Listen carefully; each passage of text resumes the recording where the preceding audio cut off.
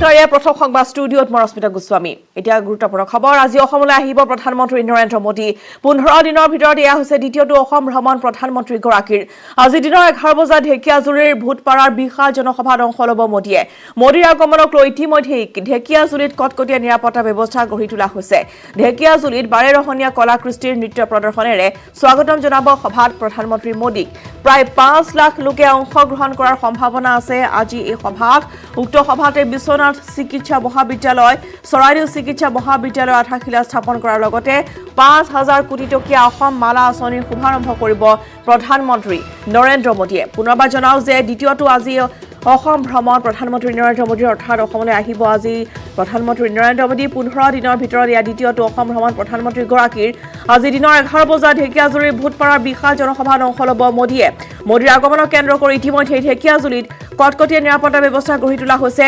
ঢেকিয়াজুলিৰ বাৰেৰহণীয়া কলা কৃষ্টিৰ নৃত্য প্ৰদৰ্শনেৰে স্বাগতম জনাব সভাত প্ৰধানমন্ত্ৰী মোদীক প্ৰায় 5 লাখ লোকে অংশগ্ৰহণ কৰাৰ সম্ভাৱনা আজি এই সভাত আৰু উক্ত সভাতে বিশ্বনাথ চিকিৎসা মহাবিদ্যালয় চৰাইদেউ চিকিৎসা মহাবিদ্যালয় আধাৰশিলা স্থাপন কৰাৰ লগতে 5,000 কোটি টকীয়া অসম মালা আঁচনিৰ শুভাৰম্ভ কৰিব প্ৰধানমন্ত্ৰী নৰেন্দ্ৰ মোদীয়ে ইতিমধ্যে ঢেকিয়াজুলিত চলিছে ব্যাপক প্ৰস্তুতি আৰু বিগত বহুদিন ধৰি তাত বিশাল মঞ্চৰ আয়োজন কৰা হৈছে আৰু বিশেষকৈ স্বাস্থ্যমন্ত্ৰী হিমন্ত বিশ্ব শৰ্মা সকলো স্থান পৰিদৰ্শন কৰিছে আৰু দেখিবলৈ পোৱা গৈছে যে এনেদৰে বহুতো স্বেচ্ছাসেৱিকা তাত নিয়োগ কৰা হৈছে যাতে শৃংখলাবদ্ধভাৱে আজি এই সভা অনুষ্ঠিত হৈ যায় আৰু ইতিমধ্যে তেওঁলোকে আশা কৰিছে যে 5 লাখৰ অধিক লোকৰ আজি আগমন ঘটিব এই সভালৈ প্ৰায় 5 লাখ লোকে অংশগ্ৰহণ কৰাৰ সম্ভাৱনা আৰু আজি বাৰেৰহণীয়া কলা কৃষ্টিৰে নৃত্য প্ৰদৰ্শনেৰে স্বাগতম জনোৱা হ'ব প্ৰধানমন্ত্ৰী নৰেন্দ্ৰ মোদীক বিগত বহুদিন ধৰি তেওঁলোকে তাত আখৰা চলাই আছে আৰু ইতিমধ্যে আমি জনাইছোঁ যে আজি প্ৰধানমন্ত্ৰীগৰাকীৰ আগমনৰ মূল উদ্দেশ্য হৈছে যে আধাৰশিলা আজি স্থাপন কৰিব লগতে 5,000 কোটি টকীয়া অসম মালা আঁচনিৰ আজি শুভাৰম্ভ কৰিব প্ৰধানমন্ত্ৰী নৰেন্দ্ৰ মোদীয়ে লগতে দুখনকৈ চিকিৎসা মহাবিদ্যালয় বিশ্বনাথ চিকিৎসা মহাবিদ্যালয় আৰু চৰাইদেউ চিকিৎসা মহাবিদ্যালয়ৰ আধাৰশিলা স্থাপন কৰা হ'ব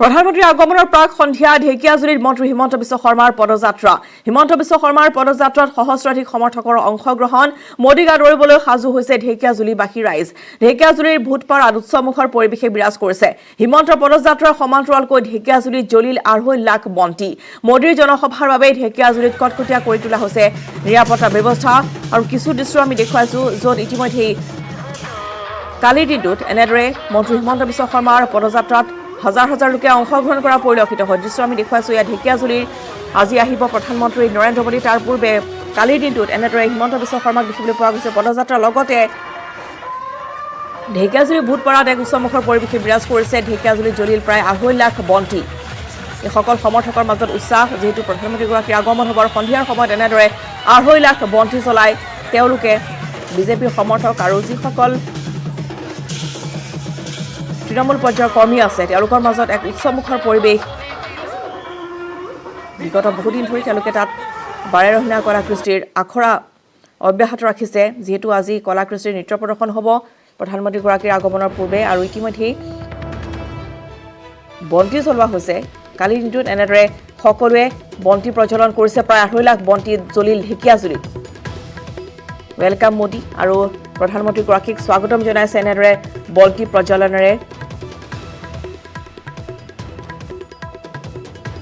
ঢেকিয়াজুলিত এক উৎসৱমুখৰ পৰিৱেশে বিৰাজ কৰিছে যিহেতু প্ৰধানমন্ত্ৰীগৰাকীৰ আগমন লগতে 5,000 কোটি টকীয়া অসম মালা আঁচনি আজি শুভাৰম্ভ কৰিব তেওঁ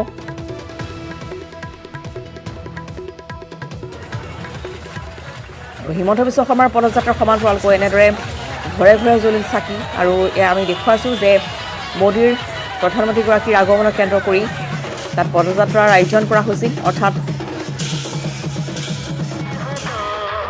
এক আনন্দ এয়া বিজেপি সমৰ্থকসকলৰ মাজত বিজেপি নেতা কৰ্মীসকলৰ মাজত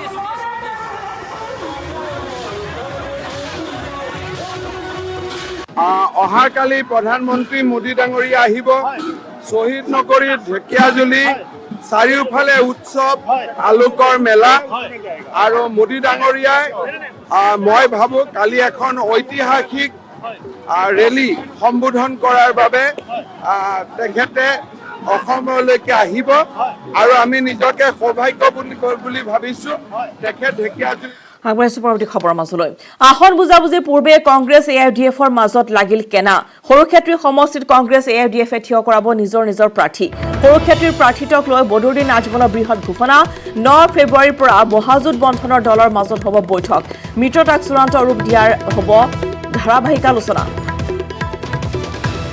আসন বুজাবুজিৰ পূৰ্বে কংগ্ৰেছ AIUDFৰ মাজত এনেদৰে সৃষ্টি হৈছে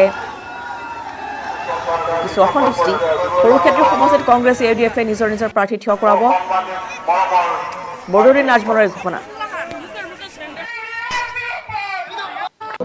সমষ্টিত এতিয়া কংগ্ৰেছ আৰু ইউডিএফৰ মিত্ৰ প্ৰাৰ্থী হ'ব বন্ধুত্বপূৰ্ণ নিৰ্বাচন হ'ব নেকি এটা বুজাবুজিৰ ভিতৰত হ'ব যিটো হয়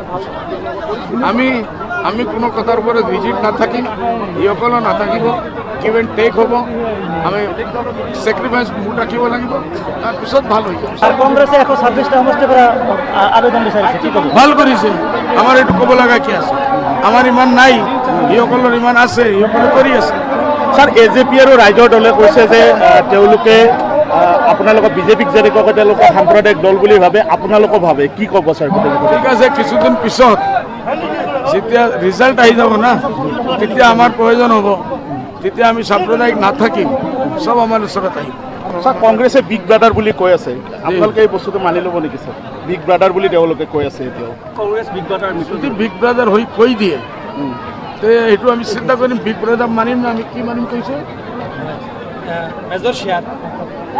মেজৰ পাৰ্টনাৰ আমাৰ দলে মেজৰ পাৰ্টনাৰ কৰিলে এইসব কথা লৈ কোনো আপত্তি নহ'ব আল্টিমেটলি যে প্ৰগ্ৰাম আছে এইটো চলি যাব কিমান তাৰিখৰ পিছত আচলতে অসমৰ ৰাইজে গম পাব যে কেতিয়াৰ পৰা মিত্ৰতাৰ 9 তাৰিখৰ পৰা আমাৰ মিটিং কণ্টিনিউছলি আৰম্ভ হ'ব কেইবা ফেজত মিটিং হ'ব যেতিয়া ফাইনেল হৈ যাব প্ৰেছ আমি একেলগে কৰি আপোনালোকক জনাম আমি আসলে আগৰ পৰা নিশ্চিত আৰু আজি সৰুক্ষেত্ৰী সমষ্টিবাসী ৰাইজে তেখেতৰ সভাপতিৰ মুখেৰে নিজে শুনিছে গতিকে খুবেই ভাল লাগিছে ৰাইজে যি ধৰণে স্বতঃস্ফূৰ্তভাৱে সঁহাৰি দিছে আজি আমাৰ সভাৰ প্ৰতি গতিকে মই খুবেই আনন্দিত খুবেই উৎফুল্লিত সেইটো আপোনালোকে সকলোৱে শুনিছে যে ফলে 11 ফেব্ৰুৱাৰীত উচ্চতম ন্যায়ালয়ত অখিল গগৈৰ জামিন আবেদনৰ প্ৰথমটো শুনানি অখিলৰ জামিন আবেদনৰ শুনানি গ্ৰহণ কৰিব তিনিজনীয়া বিচাৰপীঠে NIA আদালতত দাখিল কৰিছে অভিযোগনামা ন্যায়াধীশ NV ৰমন্না সূৰ্যকান্ত অনিৰুদ্ধ বসুৰ বিচাৰপীঠে গ্ৰহণ কৰিব এই শুনানি ইতিমধ্যে আদালতত অভিযোগনামা দাখিল কৰিছে NIA পূৰ্বতে গুৱাহাটী উচ্চ ন্যায়ালয়ত জামিন নাকচ কৰিছিল অখিলৰ 2019 চনৰ ডিচেম্বৰ মাহত গ্ৰেপ্তাৰ হৈছিল অখিল NIA জিম্মালৈ প্ৰেৰণ কৰা হৈছিল অখিল গগৈ পুনৰবাৰ জনাইছো যে 11 ফেব্ৰুৱাৰীত উচ্চতম ন্যায়ালয়ত অখিল গগৈৰ জামিন আবেদনৰ প্ৰথমটো শুনানি গ্ৰহণ কৰা হ'ব অখিলৰ জামিন আবেদনৰ শুনানি গ্ৰহণ কৰিব তিনিজনীয়া বিচাৰপীঠে NIA আদালতত দাখিল কৰিছে অভিযোগনামা ন্যায়াধীশ NV ৰমন্না সূৰ্যকান্ত অনিৰুদ্ধ বসুৰ বিচাৰপীঠে গ্ৰহণ কৰিব এই শুনানি ইতিমধ্যে আদালতত অভিযোগনামা দাখিল কৰিছে NIA পূৰ্বতে গুৱাহাটী উচ্চ ন্যায়ালয়ত জামিন নাকচ কৰিছিল অখিলৰ আৰু 2019 চনৰ ডিচেম্বৰ মাহত এই গ্ৰেপ্তাৰ হৈছিল অখিল গগৈ NIA জিম্মালৈ প্ৰেৰণ কৰা হৈছিল অখিল গগৈক আৰু ইতিমধ্যে দীৰ্ঘদিন ধৰি তেওঁ কাৰাৰুদ্ধ হৈ আছে বহুবাৰ তেওঁ GMCHত চিকিৎসাধীনো হ'বলগীয়া হৈছে কাৰাৰুদ্ধৰ মাজতে কিন্তু আমি জনাইছো যে 11 ফেব্ৰুৱাৰীত উচ্চতম ন্যায়ালয়ে অখিল গগৈৰ প্ৰথমটো জামিন আবেদনৰ শুনানি গ্ৰহণ কৰিব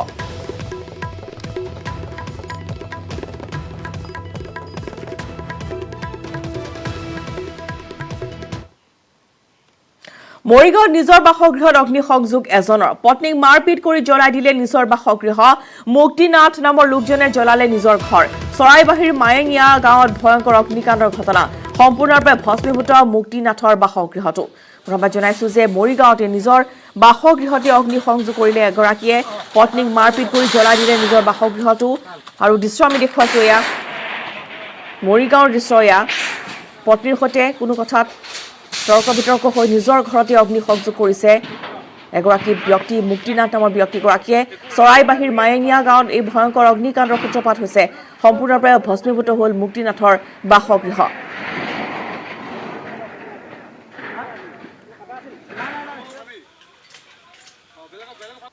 ঘটনাটো মই মানুহ খাই পেলাই মানে কি ঘৰতে আছে ঘৰত মানে এইপিনে বাহিৰত শুই আছিলে শুই থাকি তাৰপিছতে ভিতৰত সোমাই গ'ল গৈ পেলাই মোকে মাৰপিট কৰি পেলাই তাৰপিছতে উলিয়াই পঠিয়ালে মোক ঘৰত থাকিব নিদিয়ে মই বোলো মই ক'ত যামগৈ মই চোনাকিজনী বোলো এই পেলাই মই যাব নোৱাৰো সিহঁতক মই ক'ত থাকিম মই তাৰপিছতে ভাবি কৰি লৈ পেলাই মই গুচি গ'লোগৈ চোনাকিজনীও গ'লগৈ তাৰপিছতহে কথা হৈছে সাংসদ দিলীপ শইকীয়াৰ বাহনে মহতিয়ালে বাইক আৰোহীক সাংসদৰ কনভৰ খুন্দাত আহত হৈছে 2 বাইক আৰোহী বজালী ধুমাৰকুৰত ভয়ংকৰ পথ দুৰ্ঘটনা সংঘটিত হৈছে পথ দুৰ্ঘটনাৰ পিছতে উত্তপ্ত হৈ পৰে পৰিস্থিতি ভবানীপুৰ আৰক্ষীয়ে নিয়ন্ত্ৰণ কৰে সমগ্ৰ পৰিস্থিতি বজালীৰ হাদেৰীৰ পৃষ্ঠা প্ৰমুখ সন্মিলনৰ পৰা উভতিছিল সাংসদগৰাকী পুনৰবাৰ জনাও যে সাংসদ দিলীপ শইকীয়াৰ বাহনে মহতিয়ালে বাইক আৰোহীক সাংসদৰ কনভৰ খুন্দাতে আহত হৈছে 2 বাইক আৰোহী বজালীৰ ধুমাৰকুৰত সংঘটিত হৈছে ভয়ংকৰ পথ দুৰ্ঘটনাটি আৰু এই পথ দুৰ্ঘটনাৰ পিছতে সমগ্ৰ পৰিস্থিতি উত্তপ্ত হৈ পৰে পৰৱৰ্তী সময়ত ভবানীপুৰ আৰক্ষী ঘটনাস্থলীত উপস্থিত হৈ পৰিস্থিতি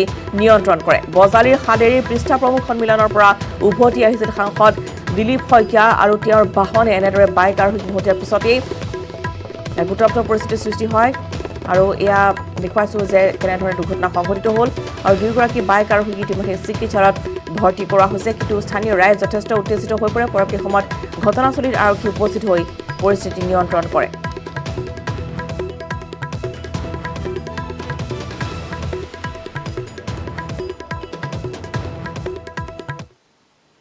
মানে গাড়ী আছে ওভাৰটেক কৰি কেনে মানে কি ল'ৰা দুজনৰ এই বাইকখন যে এইখন এই বাইকখনক মানে কি আহি খুন্দাই দিলে আৰু বেলেগ নহয় আৰু ওভাৰটেক কৰিছে ৰঞ্জিত দাসৰ বুলি কৈ অসমতে জানিলোঁ আমি গোটেইবিলাকে জানো কাজিৰঙা চোৰাং চিকাৰীক আটক কৰা হৈছে গড়হত্যাত জড়িত 4 চোৰাং চিকাৰীক আটক কাজিৰঙা উদ্যান কৰ্তৃপক্ষই আটক কৰিলে চোৰাং চিকাৰী কেইটাক ধৃত চোৰাং চিকাৰী কেইটা কুঠৰীৰ মজিবুৰ ৰহমান শফিকুল ইছলাম আনোৱাৰ হুছেইন আৰু কৃষ্ণ কৰ্মকাৰ 2020 ছেপ্টেম্বৰত বাগৰি বনাঞ্চলৰ গড়হত্যাত জড়িত আছিল চোৰাং চিকাৰী কেইটা জনাও যে কাজিৰঙাত চোৰাং চিকাৰীক আটক কৰা হৈছে গড়হত্যাত জড়িত 4 চোৰাং চিকাৰীক আটক কাজিৰঙা উদ্যান কৰ্তৃপক্ষই আটক কৰিছে চোৰাং চিকাৰী কেইটাক ধৃত চোৰাং চিকাৰী কেইটা কুঠৰীৰ মজিবুৰ ৰহমান শফিকুল ইছলাম আনোৱাৰ হুছেইন আৰু কৃষ্ণ কৰ্মকাৰ 2020 ছেপ্টেম্বৰত বাগৰি বনাঞ্চলৰ গড়হত্যাত জড়িত আছিল চোৰাং চিকাৰী কেইটা কেছ একচুৱেলি আমাৰ যোৱা ছেপ্টেম্বৰ মাহত আমাৰ যিখিনি কেছ আমি ৰেজিষ্টাৰ কৰিছিলোঁ তাত আমাৰ ষ্টাফ সকলো জড়িত আছিলে সেইখিনি আমি সেই কেছটো এতিয়া ফ'ল' আপ চলি আছিলে তো সেইটো সন্ধানত আমাৰ এজন পলাতক আছামী আছিলে তেওঁৰ নাম মজিবুৰ ৰহমান কুঠৰী 9 জানত ঘৰ তেওঁ আৰু ইতিমধ্যে আমি জনাইছোঁ যে আজি দিনৰ 11 বজাত ঢেকিয়াজুৰিত উপস্থিত হ'ব প্ৰধানমন্ত্ৰী নৰেন্দ্ৰ মোদী আৰু 15টা দিনৰ ভিতৰত দ্বিতীয়টো অসম ভ্ৰমণ এয়া প্ৰধানমন্ত্ৰীগৰাকীৰ এই মুহূৰ্তত আমি পোনপটীয়া সম্প্ৰচাৰলৈ যাম ঢেকিয়াজুৰিত ইতিমধ্যে উপস্থিত হৈছে গৈ আমাৰ জ্যেষ্ঠ সাংবাদিক ৰাজু বৰুৱা ৰাজু আপোনাৰ কাষলৈ আহিছোঁ ঢেকিয়াজুৰিত গৈ উপস্থিত হৈছে গৈ আৰু 11 বজাৰ পৰা আছে মোদীৰ এই জনসভা কি পৰিৱেশ কেনেধৰণৰ প্ৰস্তুতি চলিছে ৰাজু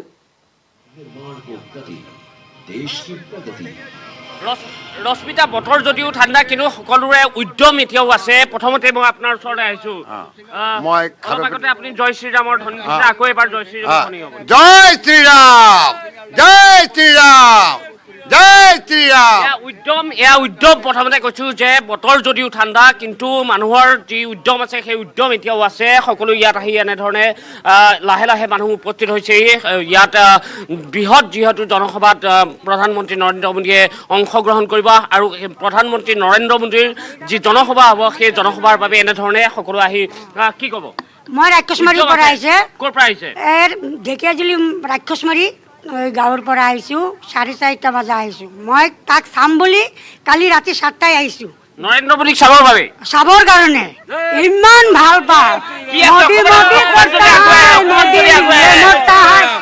জয় শ্ৰীৰাম মই ভোৰ 4:30 বজাত খাৰপেটীৰ পৰা আহিছোঁ নৰেন্দ্ৰ মোদী ডাঙৰীয়াক চাবলৈ আমাৰ দেশৰ প্ৰধানমন্ত্ৰী তেখেতক ভাল পাওঁ মই সেইকাৰণে তেখেতক চাবৰ কাৰণে 5-6 ঘণ্টা বহি থাকিলে হ'লে চাই যাম চাবই মুঠতে চাম জয় শ্ৰীৰাম জয় শ্ৰীৰাম জয় শ্ৰীৰাম ক'ৰ পৰা আপুনি ক'ৰ পৰা মেজিবাৰীৰ পৰা কিমান দূৰ ইয়াৰ পৰা ঘৰ 1 কিলোমিটাৰ আৰু মোৰ ঘৰ 14 কিলোমিটাৰ দূৰত মই কালি ৰাতি আহিছোঁ ইয়াতে কালি ৰাতি ইয়াতে কি আছে প্ৰধানমন্ত্ৰী নৰেন্দ্ৰ মোদীৰ এনেকুৱা কি আছে যি কাৰণে আপুনি নাই সব আছে তাৰ কাছে লকডাউনৰ চাউল দিছে পইচা দিছে একাউণ্টত টকা দিছে তাৰ লগত বেইমানি কৰিব নোৱাৰে ভোট আপুনি পাব নিশ্চিন্ত থাকক নৰেন্দ্ৰ মোদীৰ অশোক সিংহাল জিকিব নাই জিকিব 100% জিকিব 100%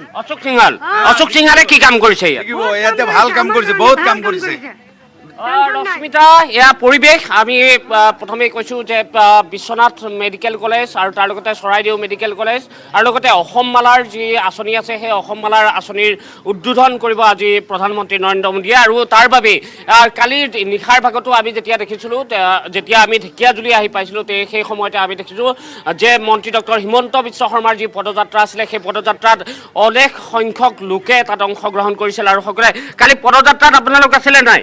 আছিলো অকণমান আগুৱাই যদি আহে। আছিলো আছিলে? খুব ভাল লাগিছে। ভাল লাগিছে একদম বঢ়িয়া। হেমন্ত নিচিনা মানুহেই নাই আমাৰ অসমত। নাই নেকি কোনো? বহুত কৰিছে। আমাৰ কৰোণা ভাইৰাছৰ কাৰণে এই মানুহটোৰ কাৰণে আমি জীয়াই আছো, তাৰ কাৰণে আমি চব আছো। চব আছে? চব আছে, চিন্তা নাই। চিন্তা নাই, তেওঁলোকে কৈছে যে চিন্তা নাই।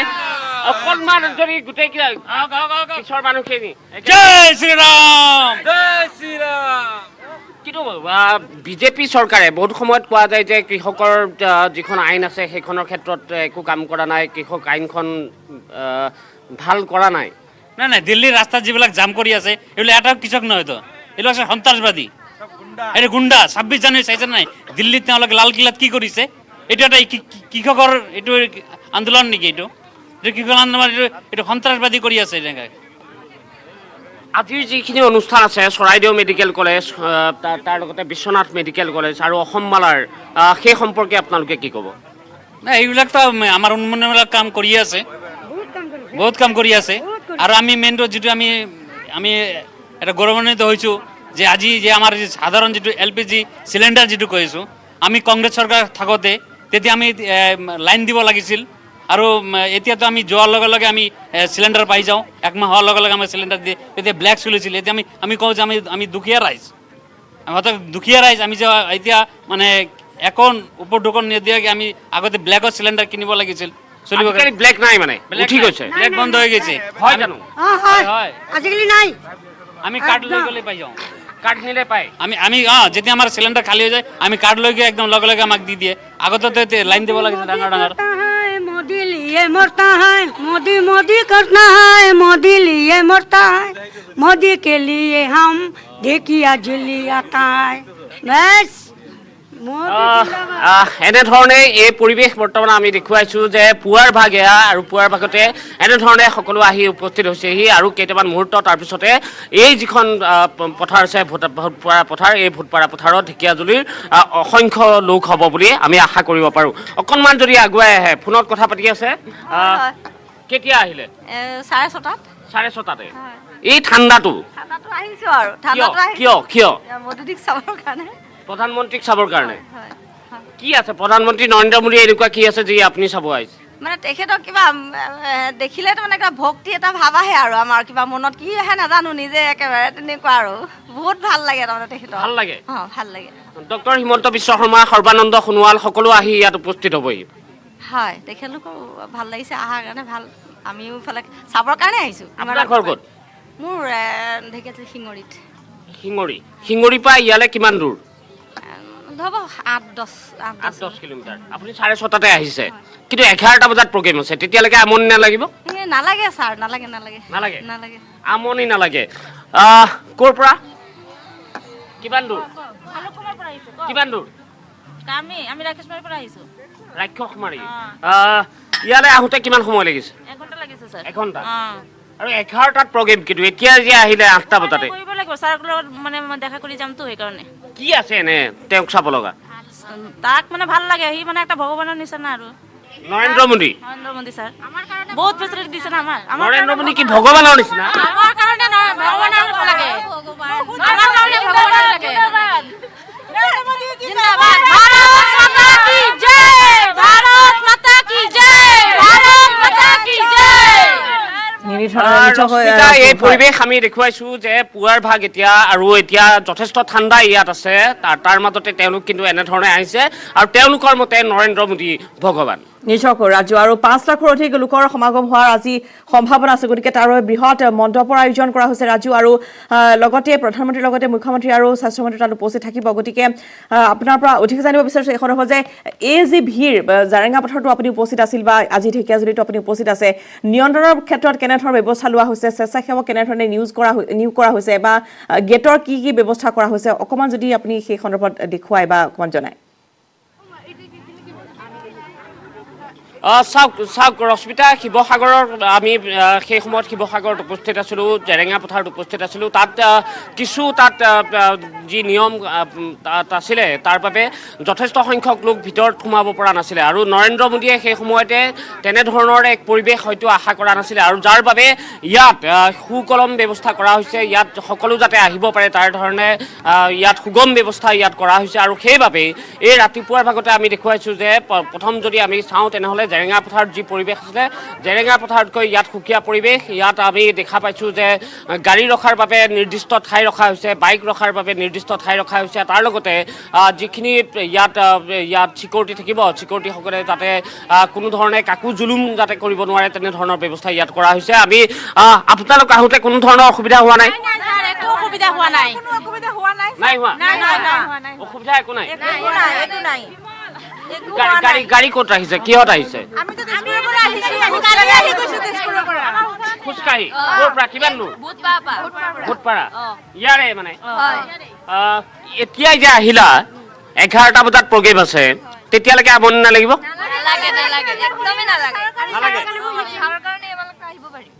কাৰ কাৰণে মোদীজী প্ৰধানমন্ত্ৰী নৰেন্দ্ৰ মোদীৰ প্ৰতি এইখিনি যিখিনি আমি যদি চাওঁ তেনেহ'লে ইয়াত তোমাৰ বয়স কিমান 15 বছৰ কিহত পঢ়ি আছা কি ভাল পোৱা প্ৰধানমন্ত্ৰী নৰেন্দ্ৰ মোদী কি আছে তেওঁ কাৰণ ই বহুত সুবিধা দিছে সেইকাৰণে আৰু ভাল লাগে কি কোৱা আপোনালোক ক'ৰ পৰা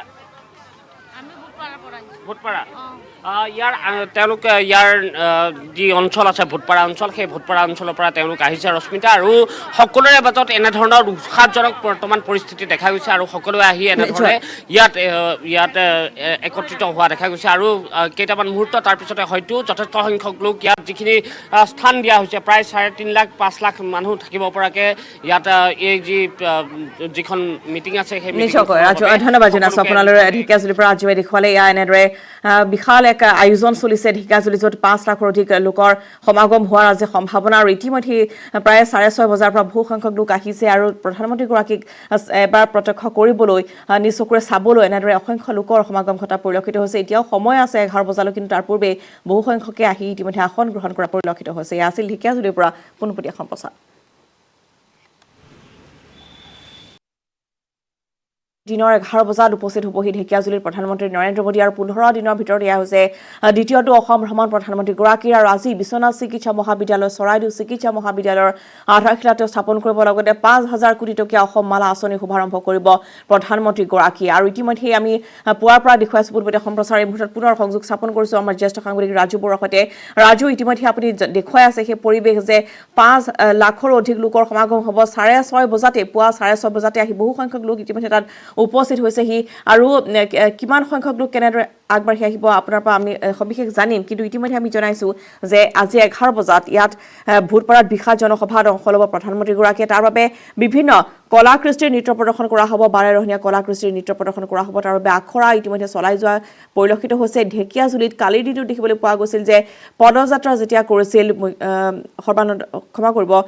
হিমন্ত বিশ্ব শৰ্মাই তেতিয়াও বহু সংখ্যক লোকে তাত অংশগ্ৰহণ কৰা পৰিলক্ষিত হৈছিল আৰু আজিৰ দিনটোত পুৱা 6:30 বজাতে বহু সংখ্যক বিজেপিৰ সমৰ্থকে আহি তাত ইতিমধ্যে আসন গ্ৰহণ কৰিছেহি আৰু আশা কৰা হৈছে যে সময় যেতিয়াই বাগৰি যাব তেতিয়ালৈ আৰু অধিক সংখ্যক লোকৰ সমাগম ঘটিব ৰাজু আছে আমাৰ সৈতে ৰাজু পুনৰ আপোনাৰ কাষলৈ আহিছোঁ আৰু ইতিমধ্যে বিৰোধীয়ে ক'ব বিচাৰে যে প্ৰতিটো দিনতে দেখিবলৈ পোৱা গৈছে যে নিৰ্বাচনী টোপ দি গৈছে জনসাধাৰণক এয়া কোনো ধৰণৰ তেওঁলোকে আচলতে সমালোচনা কৰা পৰিলক্ষিত হৈছে কিন্তু আজি অসম মালা আঁচনি শুভাৰম্ভ কৰিব প্ৰধানমন্ত্ৰীগৰাকীয়ে তাৰ বাবে যথেষ্ট সংখ্যক আগমন ঘটিছে কিন্তু বিৰোধীয়ে ইতিমধ্যে কৈছে যে নিৰ্বাচনী টোপ দি এয়া ভোট বেংক লোৱাৰ এক চেষ্টা ভাৰতীয় জনতা পাৰ্টীৰ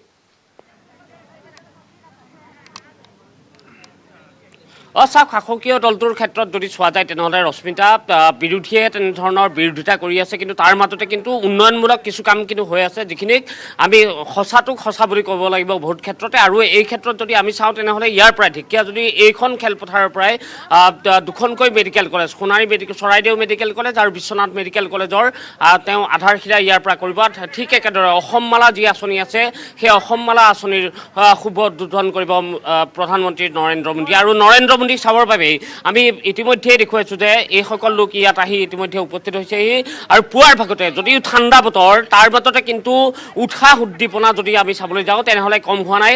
মই পুনৰবাৰ আপোনাৰ ওচৰলৈ আহিছোঁ, আপোনাৰ গানটোৱে মোক কিছু এই মুহূৰ্তত যদি চাওঁ তেনেহ'লে আপোনাৰ গানে মোক কিন্তু আপোনাৰ কাষলৈ পুনৰবাৰ কঢ়িয়াই আনিছে। আকৌ এবাৰ গানটো শুনিব পাৰিম। वादा करो नहीं तोरो मेरा साथ, जहाँ तुम हो वहाँ मैं भी हो। मोदी सरकार आसीचे ढेकियाजुली रे, जहाँ मोदी वहाँ मैं भी हूँ। কালি যেতিয়া পদযাত্ৰা আছিলে তেতিয়া আপুনি নাছিলে নেকি? আমি আছিলো, মানে ঘৰৰ পৰা ওলামতে মানে বহুত দেৰি হৈ গৈছে। মই আহোঁতে দেৰি হৈ গৈছে, খুব ভাল লাগিছে, মানে এনেকুৱা ভাল লাগিছে মানে স্বৰ্গৰ পৰা কিজানি মানুহবিলাক নামি আহিছে নেকি এনেকুৱা লাগি আছে, বহুত ভাল লাগিছে। মোদী আমাৰ ভাৰতবৰ্ষৰ অহাৰ পিছত যিখিনি শান্তি পাইছে, আমাৰ অসমবাসী হওক ইণ্ডিয়াবাসী খুব শান্তি পাইছে। মোদীক চাবলৈ আমি ইমান দূৰৰ পৰা আহিছোঁ, ৰাতিপুৱাই আমি তাক চাম যে মোদী একটা ভগৱান তুলনা বুলি মই কওঁ। এইখিনি মোৰ কথা। কৰোণা ভাইৰাছত কিমান কৰিছে আমাক, তাক কি পাহৰি যাম? আমাৰ ঘৰৰ ওচৰতে মানুহবিলাকে সব কৈ আহিছোঁ যে নৰেন্দ্ৰ মোদী যেটো কৰিছে নিজৰ মা দেউতাৰ থেকে বেছি কৰিছে, তোমালোকে যাব লাগিব। কৈছে যাম, আপুনি আগতে গুচি গৈ আছে, আমি মই আগতে বহি, এইকাৰণে মই আগত গৈ আছোঁ। নৰেন্দ্ৰ মোদী হৈছে ভগৱান ভাই, তাৰ নিচিনা চৰকাৰ আমি দেখা নাই। আৰু এই মোদী চৰকাৰ ইমান দিন থাকিব, ইমান দিন আমি জীয়াই থাকিম, শান্তিতে থাকিম। এতিয়া বহুত শান্তিতে আছোঁ, খোৱা পিন্ধা চলা ফিৰা কোনো ঝামেলা নাই। ৰাস্তা ঘাটত মোদীৰ নিচিনা মন্ত্ৰী আমি দেখাই নাই, দেখাই নাই। ৰশ্মিতা, এই পৰিৱেশ আমি দেখুৱাইছোঁ যে পূৰ্বতেও আমি কথা পাতিবলৈ যত্ন কৰিছোঁ বিভিন্নজনৰ সৈতে, আৰু যুৱ চামৰ পৰা বৃদ্ধসকললৈকে সকলোৰে মাজত কিন্তু মোদীৰ প্ৰতি, প্ৰধানমন্ত্ৰী নৰেন্দ্ৰ মোদীৰ প্ৰতি সেই উৎসাহ আছে, সেই উদ্দীপনা আছে। আমি ইতিমধ্যে কথা পাতিছোঁ বিভিন্ন। ভণ্টি কি কোৱা, কাক চাব আহিছা? মোদীজীক চাব। ক'ৰ পৰা আহিছা? তেজপুৰৰ পৰা। তেজপুৰ। কেতিয়া আহি পালা? ৰাতিপুৱাই। কি আছে প্ৰধানমন্ত্ৰী নৰেন্দ্ৰ মোদী এনেকুৱা তুমি যে চাব আহিছা? বহুত ভাল লাগে। ভাল লাগে। কোন আহিছে আৰু?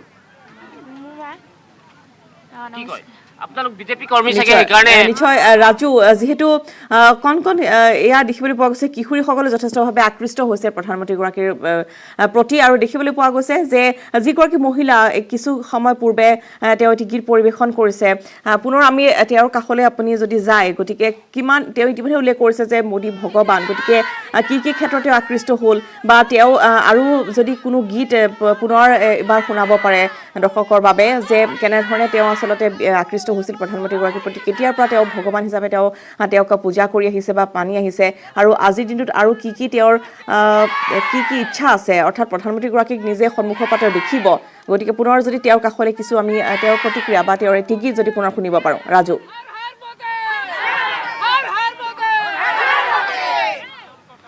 চাওক, জেৰেঙা পথাৰত সেৰেঙা আছিলে পৰিৱেশ, কিন্তু আজি যদি চাওঁ তেনেহ'লে এই যি ভোটপাৰা পথাৰ আছে ইয়াত কিন্তু যথেষ্ট উৎসাহ দেখা গৈছে। ইয়াত সকলোৱে এনেধৰণে পুনৰ এবাৰ যদি আপোনালোকে উৎসাহ দেখুৱায়।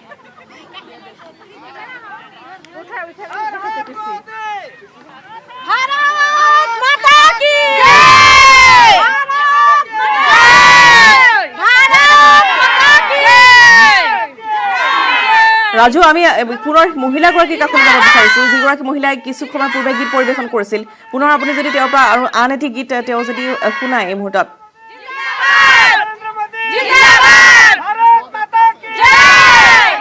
চাওক ৰশ্মিতা, কালি নিশা আমি পদযাত্ৰা দেখিছিলোঁ। পদযাত্ৰাত সেই পৰিৱেশ আছিলে যথেষ্ট উৎসাহজনক পৰিৱেশ। আৰু ঠিক একেদৰে আমি জেৰেঙা পথাৰৰ কথা ইতিমধ্যে কৈছোঁ যে শিৱসাগৰত জেৰেঙা পথাৰত যি পৰিৱেশ আছিলে তাৰ বিপৰীত পৰিৱেশ ইয়াত এই মুহূৰ্তত দেখা গৈছে। আৰু 5 লাখতকৈ অধিক লোক ইয়াত একত্ৰিত হ'ব।